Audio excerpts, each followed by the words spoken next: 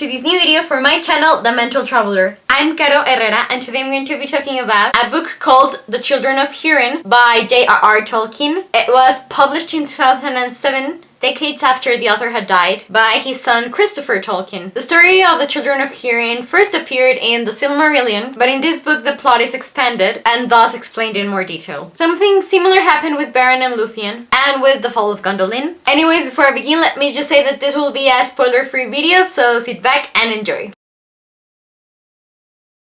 I've been a big Lord of the Rings, The Hobbit fan since I was a child. I love Tolkien, and when I was a teenager I went on this shopping spree and I bought as many books about Middle-earth as I could get my hands on. Unfortunately though, when I was younger I didn't really find the Silmarillion and the Children of Húrin and other stories that interesting because I didn't really comprehend them at that age. The writing style was just too different from that found in The Lord of the Rings and in The Hobbit. In a way, it was too stiff for me, too formal. And because there weren't any adaptations about what they were about back then, so I could have an idea of what they were about in a way, I decided to wait and read them when I was older, hoping I could get their meaning one day. And 10 years later, that day finally arrived. I decided to check out the Silmarillion after attending a class which analyzed it, and then I watched a 3-minute video about what it was about. And to my surprise, that was all that was needed, because as soon as I started reading the first pages of that book, I was completely enamored with it. I've already reviewed it as well in another video, which you can find a link to it in the description box below. But yes, when I was finished with it, I was in an urgent need for more Tolkien, so I went on to read The Children of Húrin. And I no longer needed to watch a YouTube video explaining what the plot was gonna be about, because as I said earlier, there's a section about it in the Silmarillion. Also, now that I think about it, another reason why I wanted to read the Silmarillion and the Children of Húrin was because Amazon is going to adapt a prequel to Lord of the Rings, a TV series, and many have wished for them to focus on stories found in the Silmarillion, among them the Children of Húrin. But yes, I'll just say that I knew it was gonna be quite deep and dark.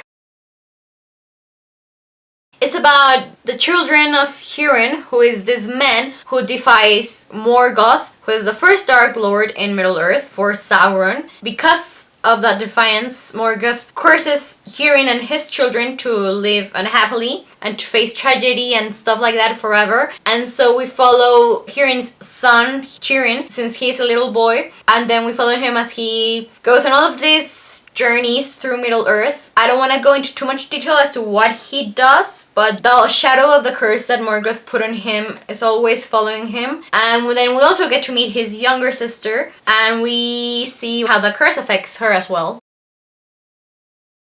I give The Children of Húrin a 5 out of 5 stars review and recommend it to any Tolkien fan out there. It's not for the faint-hearted, but it's so beautiful and poetic and bittersweet. I think it can match any Shakespearean tragedy you can come up with. I felt so much for the characters and I got so involved with them that at times I actually managed to forget the curse and hope that there would be a happy outcome at certain points. But this is not a fairy tale. But it was very interesting to revisit Middle-earth through The Children of Húrin, because it adds layers to the world, and it's another achievement of Tolkien's imagination and his world-building abilities. It just makes it more epic and grander in scale, full of more dragons and battles and sword fighting without end. But what I loved the most of all was the human stories, full of emotions and mistakes and regrets, and it leaves you feeling powerless because you're immortal and cannot change your fate no matter how much you try. It deserves to be one of the most acknowledged stories within the Silmarillion. And finally, before, whenever I tried to pick up The Children of Húrin to try and read it, right from the start I would be like, wait, what? What are they talking about? Who is this character? Where are they at? But after reading the Silmarillion, it was such a smooth reading experience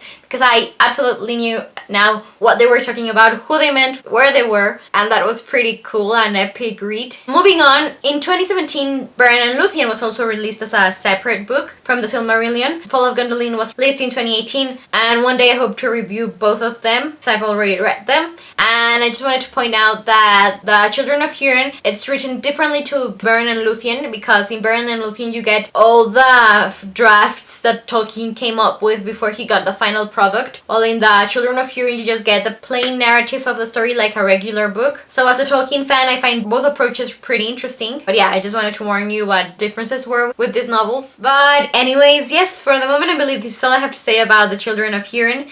Thank you very much for watching my review of it. I hope you enjoyed it. Please let me know if you did. And in the description box below, you can find a link to the Goodreads page for the book. Oh, and finally, I have a Mental Traveler Instagram account, so it would be great if you could follow me. I really appreciate it. But yes, I'm J.R.R, the Mental Traveler, and I hope you have a wonderful day wherever you are in the world. Take care, and I'll be seeing you soon. Goodbye.